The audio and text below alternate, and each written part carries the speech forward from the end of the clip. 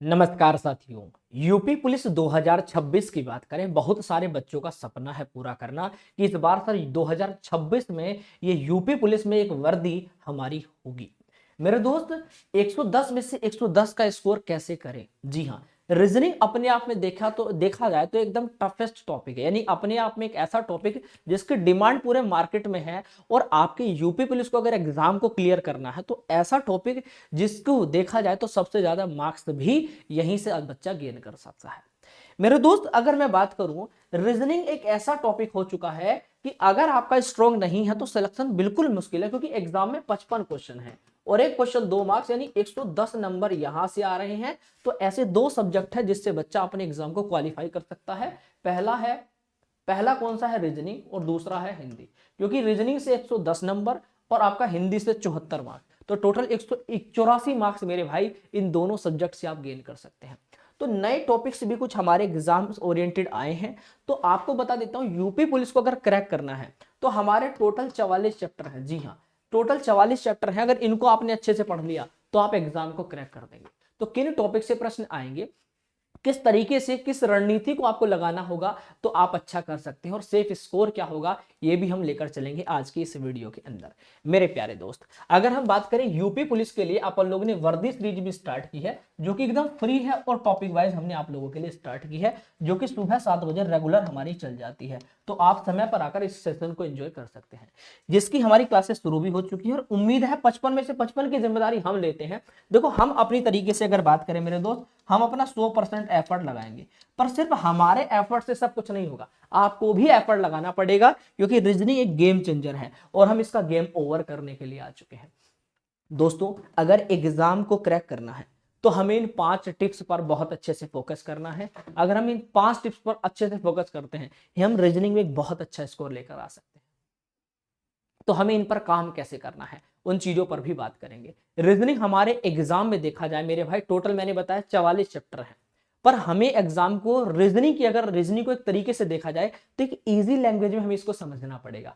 Reasoning हमारी 3 प्रकार की होती है, एक वर्बल रीजनिंग, दूसरी नॉन वर्बल रीजनिंग और तीसरी होती है लॉजिकल रीजनिंग। पर मेरे भाई, रीजनिंग को पढ़ने का जो हमारा वे है वो सही नहीं है। सबसे पहला पॉइंट होता है, 5 टिप्स मैं आपको बता रहा हूं। पहला, understand the syllabus and pattern of the examination. दूसरा होता है work on concept and speed. तीसरा होता है don't waste time on different level. चौथा हमारा है reduce your time spend different आपका स्ट्रीम। और आपका revision is the key of the get good score. और छठा होता है नोट्स। ये हमें इन चीजों पर अगर हम फोकस कर लेंगे तो हम एग्जाम को क्लियर कर देंगे। सर कैसे? हम एक एक पॉइंट पर बात करेंगे। आइए, सबसे पहले मैं बताता हूं हमारे एग्जाम का दोस्त पैटर्न। देखिए, हमारे एग्जाम में जीएस आती है 38 क्वेश्चन, हिंदी आता है 37, मैथ आता है 20, पर रीजनिंग आता है 55 क्वेश्चन। 55 question 110 marks. देखो, हम लोग कहेंगे सर हम ऐसे 2 सब्जेक्ट कौन से चुने जो हमारे एग्जाम में ज्यादा नंबर गेन कर सकते हो, हमें मेहनत भी ज्यादा ना करनी पड़े। देखो, आपके एग्जाम में रीजनिंग आती है, ठीक है। अब जैसे आप बहुत सारे बच्चे कहें सर आप हिंदी ही क्यों कह रहे हैं, हम जीएस भी तो कह सकते हैं। देखो दोस्त, जीएस में ना हिस्ट्री भी आता है, पॉलिटी भी आता है, इकोनॉमिक्स भी आ गया, कॉन्स्टिट्यूशन भी हो गया, ज्योग्राफी भी हो गया, पॉलिटी हमने लिख दिया यहाँ पर, करंट अफेयर भी हो गया, साइंस भी हो गया, स्टैटिक जीके भी हो गया, है ना, यूपी जीके भी हो गया, करंट अफेयर भी हो गया। इतनी सारी चीजें हमें यहाँ पर कवर करनी पड़ेगी, तब हमारे 38 नंबर। और हमें यहाँ सिर्फ लिमिटेड जो भी हिंदी का सिलेबस है सिर्फ उतना पढ़ना है, जीएस को तो कहीं अंत है ही नहीं। तो दोस्त, यहां पर आप समझिए 110 नंबर यहां से और 74 नंबर यहां से आप बहुत अच्छे से गेन कर लेंगे। 184 मार्क की रणनीति हमारी होगी। और हिंदी अगर आपने रीजनिंग में प्यार दिया तो हिंदी भी हम आपकी प्रॉपर चला देंगे। अब बात आती है विकास भैया सिलेक्शन की। मेरे दोस्त, मैं आपसे पहला प्रश्न पूछता हूं, अगर आपके माइंड में ये क्वेश्चन नहीं आया ना तो आप सिलेक्शन के करीब नहीं हो मेरे दोस्त। मैं आपसे पूछूं, जहां पर लाखों बच्चे इस भीड़ में हैं, आपका ही क्यों सिलेक्शन होगा? क्या आपने कभी सोचा है? इस लाखों की भीड़ में आपका ही क्यों सिलेक्शन होगा? अगर आपके पास इस प्रश्न का जवाब है तो जी हां, आप विजेता हैं। मेरे भाई, हमें सोचना पड़ेगा हम उन लोगों से कैसे बेहतर होंगे जिनका हर साल सिलेक्शन हो जाता है। ऐसे बच्चे, हम उन टॉपर की तरह कैसे बन पाएंगे? टॉपर क्या करते हैं जो हम नहीं कर रहे हैं? मेरे दोस्त, ऐसे बहुत सारे बच्चे हैं जो यूपी पुलिस 2024 की दौड़ में आए थे और उनका टारगेट ये था कि यार इस बार एग्जाम को क्रैक करना है। और मेरे भाई, आने वाली जो 2025 में नोटिफिकेशन है, जिसका एग्जाम 26 में होगा, यानी जिसको हम 26 की वैकेंसी बोल रहे हैं, मेरे भाई इसमें भी आपको वही चीजें देखने को मिलेगी। ऐसे वो बच्चे बहुत सारे जिनके टॉपिक बहुत अच्छे से क्लियर थे, प्रैक्टिस बहुत अच्छे से कर चुके हैं और वो आपके कंपटीशन में बैठे हैं। तो सोचो आपका कॉम्पिटिटर कैसा है मेरे भाई। आप फ्रेशर भी हो सकते हैं, है ना। तो और एक आपके सामने पका पकाया बच्चा है, तो आपका ही क्यों सिलेक्शन होगा, आपको सोचना पड़ेगा मेरे भाई। दूसरी बात आती है हमारी टाइम मैनेजमेंट की। बच्चे का टाइम मैनेजमेंट ही अच्छा नहीं है। हम मैथ पढ़ने आए, कॉल आया, हम उठ के चले गए। हमारा कॉल आया, हम रीजनिंग पढ़ रहे थे, हमने सोचा आज 1.5 घंटा रीजनिंग पढ़ेंगे, हम नहीं पढ़ रहे। क्यों? क्योंकि हमें अर्जेंट काम आ गया। अगर आपका अर्जेंट काम वो रुक जाए, क्योंकि हमारे सिलेक्शन से अर्जेंट तो कुछ नहीं है ना। हमारे जो सपने हैं यार, एक बात बताओ, तुम्हारे माता पिता के सपने कौन पूरा करेगा? तुम करोगे ना। या उम्मीदें किससे हैं? तुम्हारी है ना मेरे भाई। तुम क्या कर सकते हो? तुम्हारे पास खोने के लिए कुछ है नहीं ना, पाने के लिए बहुत कुछ है ना। अपनी उम्मीद, अपने पापा मम्मी की उम्मीदों को पूरा करना है ना। तुम चाहते हो ना जो काम वो कर रहे हो वो तुम ना करो मेरे भाई। तुम्हें सैलरी कम मिलेगी कोई बात नहीं, लाइफ टाइम तो मिलेगी ना। दोस्त आप खुद सोचो इस बात को कि आज तुम्हारे माता पिता जो काम कर रहे हैं, तुम उनको कह सको कि पापा अब ये काम मत करो, मैं तुमको पैसे दे रहा हूं ना, आप घूमो ना। आपका सपना था ना घूमने का, आप घूमो ना, जहां आपका मन जाता है वहां घूमो। अब मुझे बताओ आपको क्या जरूरत है? आप ऐसा बनना चाहते हो ना मेरे भाई, तो आज तुमको मेहनत करनी पड़ेगी। एक टाइम मैनेजमेंट बनाओ कि मुझे अगर 6 घंटे पढ़ना है डेली, तो 6 घंटे पढ़ना ही है। उसके बीच में कोई डिस्टर्बेंस नहीं। हाँ, हर एक सब्जेक्ट के बीच में गैप रखो जिससे कि अपना काम भी निपटा पाओ। वरना आप लगातार जो बनाते हैं ना कि पहले मैथ पढ़ो फिर रीजनिंग पढ़ो, उसमें कुछ कवर नहीं होगा। बीच में गैप होना चाहिए, ठीक है। दूसरा, स्टडी प्लान बनाओ कि मैथ को 2 घंटे पढ़ना है, फिर 1 घंटे का गैप, फिर 2 घंटे रीजनिंग पढ़ना है, 2 घंटे जीएस। ऐसे करोगे तो भी सिलेबस को अच्छे से कवर कर पाओगे मेरे भाई, स्पीड आएगी। अब स्टडी प्लान बनाओ, साथ ही साथ स्पीड पर काम करना है, प्रैक्टिस लगाओ, मॉक टेस्ट लगाओ, ये सब चीज। तो सबसे पहली चीज होती है फोकस। जी हाँ, सबसे पहली चीज क्या है मेरे दोस्त? सबसे पहली चीज है फोकस। अगर आपका फोकस नहीं है, किसी भी एग्जाम को अगर क्रैक करना चाहते हो, सबसे पहले फोकस आपका होगा, तभी आप एग्जाम को क्रैक कर पाएंगे मेरे भाई। तो पहला पॉइंट है हमारा, understand the syllabus and pattern of the examination. हमें सबसे पहले एग्जाम का सिलेबस देखना पड़ेगा और किस पैटर्न, हमें पैटर्न को समझना पड़ेगा कि क्या हम किसी एक अलग तरीके से, अलग वे में तो नहीं चल रहे, क्या हमारा सिलेक्शन इस चीज से हो सकता है नहीं। तो सबसे पहले जो टीचर टॉपिक पढ़ा रहा है, जैसे मान लो मैं हूं चाहे अदर कोई टीचर हो, आप जो भी टॉपिक पढ़ रहे हैं उसको टॉपिक को पढ़ो। मान लो analogy, coding, decoding, matrix, puzzle, sitting arrangement, जो भी आपने पढ़ा उसी टॉपिक को बुक से लगाओ, जिससे आपका क्या बढ़ेगा? स्पीड बढ़ेगी। क्या बढ़ेगी? स्पीड बढ़ेगी।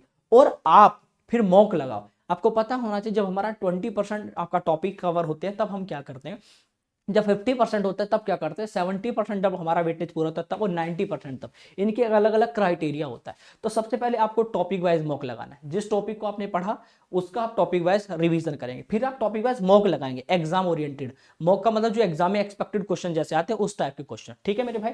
उसके बाद आप जब काफी सारे चैप्टर ऐसे कवर होते रहे, आप इसको वीकली टेस्ट भी देते रहे, जिससे आपकी रैंक पता रहेगी मेरे भाई।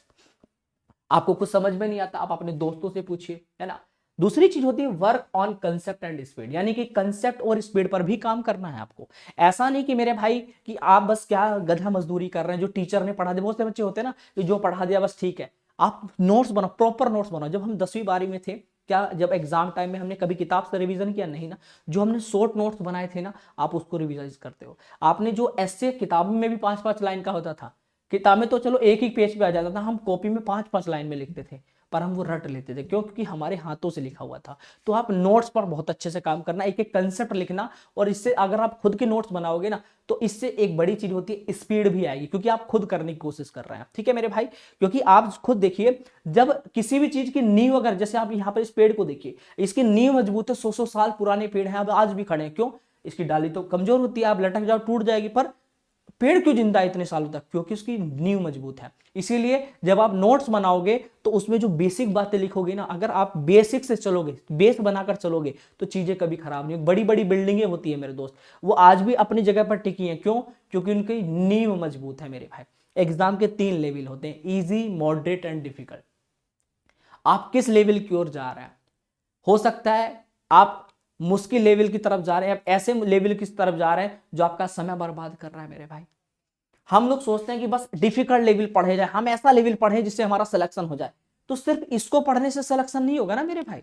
आपको पहला देखो, एग्जाम को क्रैक करना है तो पहले बेस से लेना। बेस मतलब इजी लेवल। पहला स्टेप होता है हमारा easy to moderate, and second step होता है मॉडरेट टू डिफिकल्ट लेवल।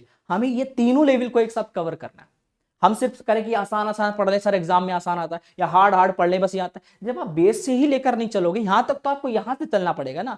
जब आप पहली मंजिल से 10वीं मंजिल चलोगे तब अच्छा रहेगा ना। ये 10वीं मंजिल से सीधा अगर छलांग लगाओगे तो भाई पैर टूट जाएंगे मेरे भाई, समझ रहे हो ना। तो चीजों को किस प्रकार लेकर चलना वो आपको सोचना पड़ेगा। हमारे एग्जाम में 22 चैप्टर है मेरे वर्बल रीजनिंग के, 22 चैप्टर वर्बल रीजनिंग के, 11 चैप्टर हैं नॉन वर्बल के, और 8 चैप्टर हैं लॉजिकल रीजनिंग के। आपको ये कवर करने हैं। आइए समझा देता हूं कौन कौन से चैप्टर हैं। ये सब फ्री ऑफ कॉस्ट चलेगा। मैंने कहा ना इस चैनल पे आपको पेड कोर्स की चर्चा नहीं होगी, फ्री कंटेंट आपको मिलेगा। वीडियो पसंद आए तो चैनल को सब्सक्राइब कर लेना और सुबह 7 बजे पूरी तैयारी करना दोस्त। आओ समझते हैं वर्बल रीजनिंग में कौन कौन से टॉपिक आते हैं, आइए समझ लेते हैं। बहुत अच्छे से देख लीजिएगा, है ना। आपका अल्फाबेट हो गया, series, analogy, classification, coding decoding, logical sequence of word, ranking, sitting arrangement, direction distance, blood relation, role instrumentation, conditional letter, number and symbol. ठीक है, cube and cuboid, dice, clock, calendar, mathematical operation, missing number, inequality, venn diagram, output input, ठीक है, input output, arithmetical reasoning, decision making, situation reaction test और verification of truth of statement. ठीक है, ये हमारे 22 chapter हो चुके हैं। किसके? 22 चैप्टर मेरे दोस्त हमारे हैं वर्बल रीजनिंग के। ठीक है, उसके बाद figure series, figure analogy, figure classification, figure same figure test, mirror image, water image, figure formation, shape rotation, shape completion, class completion, आपका ग्रुपिंग ऑफ शेप। ठीक है, ये हमारे 11 चैप्टर हो गए हमारे नॉन वर्बल रीजनिंग के। किसके? नॉन वर्बल रीजनिंग के। और लॉजिकल रीजनिंग में हमारा आता है न्याय निगमन, कथन निष्कर्ष, कथन तर्क, कथन पूर्व धारणा, कथन कार्यवाही, कथन कारण, कारण प्रभाव, परिच्छेद पर आधारित प्रश्न। ये हमारे कितने चैप्टर हैं? 8 चैप्टर। ये इस प्रकार रीजनिंग के हमारे 44 चैप्टर पूरे होते हैं। और दोस्त अब आप बताओ, जो कहते हैं कि सर हमारा नंबर नहीं आ सकता, आप सोचिए जब आपने 0 लेवल से लेकर एक वो टॉप लेवल एडवांस लेवल तक आपने सब कुछ पढ़ा और 44 के 44 चैप्टर पढ़ लिए, आपने कोई चैप्टर छोड़ा ही नहीं। अब बताओ आपका कोई सिलेक्शन रोक सकता है? ये इंडिया का सबसे बड़ा वो एग्जाम है जहां पर रीजनिंग की सबसे ज्यादा डिमांड है। रीजनिंग की सबसे ज्यादा डिमांड है। मैं सही बताऊं तो ऐसे यूट्यूब पर टीचर भी नहीं मिलेंगे आपने जिसने 40-44 चैप्टर पूरे पढ़ाए भी हो। मेरा पिछला बैच देखना यूपी पुलिस का, मैंने उसमें 44 के 44 चैप्टर पूरे कराए हैं, सॉरी 42 कराए थे। ठीक है, उसमें 2 चैप्टर नहीं कराए हैं क्योंकि आपको ये परिच्छेद पर आधारित प्रश्न, इसके प्रश्न एग्जाम में नहीं आते हैं, बैंक में आते हैं, यूपीएससी में आते हैं, पर इस बार इसका लेवल एग्जाम में देखने को मिलेगा, इसलिए इसको करा रहा हूं मेरे भाई। और एक और चैप्टर है पूर्व धारणा वाला। ठीक है, पूर्व धारणा वाला। तो ये 2 चैप्टर पिछली बार नहीं थे, ये 2 चैप्टर इस बार मैंने इसके अंदर इंक्लूड किए हैं मेरे भाई। ठीक है, तो मैं कुछ नहीं छोड़ने वाला हूं। ये मैं बात कर रहा हूं कि नस्ते नाबूद कर देंगे एग्जाम को, टारगेट बड़ा होगा। एग्जाम को क्रैक करने के लिए हमें क्या क्या चीजें चाहिए? सबसे पहले टॉपिक वाइज हमें सब पढ़ना है, बेसिक टू एडवांस। ठीक है, दूसरा फिर हमें प्रीवियस ईयर पेपर लगाने, क्योंकि हमें अगर पैटर्न का ही नहीं पता होगा हमारे एग्जाम में कैसा पैटर्न पूछा जा रहा है तो हम कैसे करेंगे? तो प्रीवियस ईयर पैटर्न भी पढ़ना है, मॉक टेस्ट भी लगाने हैं। ठीक है, मॉक टेस्ट भी मॉक टेस्ट भी लगाने हैं। जितनी भी आपकी चाहे टॉपिक हो, प्रीवियस ईयर पेपर हो चाहे पीडीएफ, उसके पीडीएफ भी आपके पास होनी चाहिए जिससे कि आप प्रैक्टिस अगर कभी करने का मन हो तो आप कर सके। ये भी मैं आपको प्रोवाइड कराऊंगा। आपको हैंड राइटिंग नोट्स और नोट्स भी आपको चाहिए, प्रैक्टिस के क्वेश्चंस भी चाहिए। ठीक है, आपको क्विजेस चाहिए जिससे कि आप एग्जाम में अच्छा स्कोर लगा पाए, ये मैं आपको प्रोवाइड कराऊंगा। आपके टेस्ट होंगे वीकली जो कि आपके एग्जाम के स्कोर को निकालेगा कि आप जो पढ़ रहे हैं आपका स्कोर कितना अच्छा आ रहा है। जब डेली वीकली भी हम यहाँ पर आपका टेस्ट लेंगे तो आप अच्छा परसेंटाइल आप निकाल कर लाओगे। और आपकी पर्सनल गाइडेंस तो मैं आपको दूंगा कि एग्जाम आप कैसे क्रैक कर पाएंगे। ये सारी चीजें साथ में आपको मैंने जो बताया ना, PDF notes, hand writing notes के साथ में ई बुक भी आपको, यानी रीजनिंग की एक ऐसी बुक जिसमें 55 क्वेश्चन जो आप देखेंगे एग्जाम में, उन सब की प्रैक्टिस आप उस किताब के माध्यम से कर पाएंगे और वो भी चैप्टर वाइज आपको मिलेगी। ठीक है मेरे भाई, तो ये सब कुछ मैं आपको प्रोवाइड कराऊंगा, तो आपको भटकने की जरूरत नहीं है। हमने एग्जाम का पिछला एनालिसिस देखा तो जिसमें हमें पता चला कि इस एग्जाम में सबसे ज्यादा डिमांड किसकी है? कोडिंग डिकोडिंग की ज्यादा डिमांड है। 4 से 5 क्वेश्चन एग्जाम में देखने को मिले हैं हर शिफ्ट में। ठीक है, एनालॉजी के क्वेश्चन 2 से 3 आते हैं। नंबर अल्फाबेट सीरीज 3 से 4 क्वेश्चन मेरे भाई। स्टेटमेंट कंक्लूजन 2 से 3 क्वेश्चन। रैंकिंग के कम से कम 2 question. Blood relation 2 question. Classification 2 से 3 question. Mathematical reasoning 2 question. Puzzle के 1 से 2 क्वेश्चन, किसी भी शिफ्ट में 3 भी देखने को मिले हैं। जो आपका स्टेटमेंट आर्गुमेंट का 1 क्वेश्चन, कोजन एक्शन का 1 क्वेश्चन, मिसिंग नंबर 2 से 3 क्वेश्चन, कैलेंडर का क्वेश्चन देखने को मिला, सिटिंग अरेंजमेंट, पेयर फॉर्मेशन और आपका डाइट। ऐसे बहुत सारे चैप्टर है मेरे भाई जो आपके एग्जाम की बहुत तगड़ी डिमांड है, और उनको पूरा करने के लिए आपकी रणनीति बहुत अच्छी होनी चाहिए।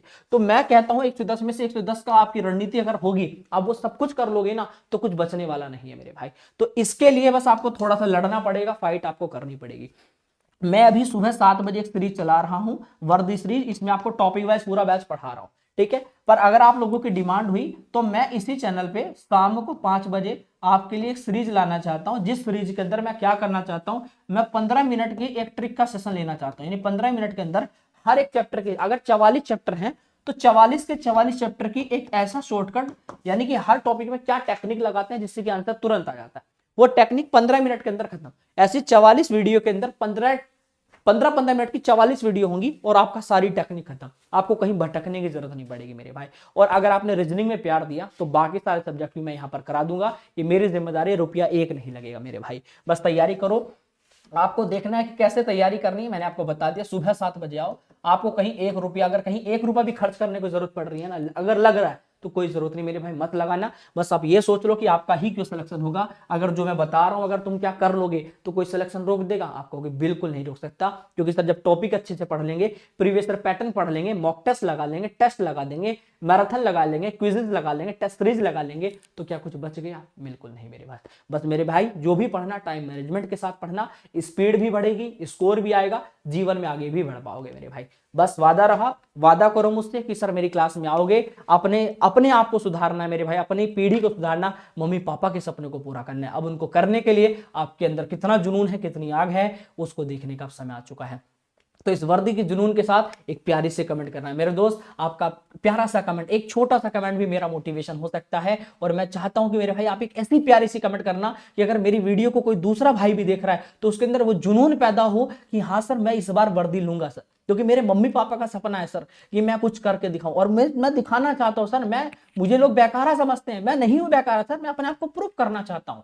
और मेरे भाई आज अपने आप को तुम प्रूफ नहीं कर पाए ना तो सारी जिंदगी बिखर जाएगी मेरे भाई।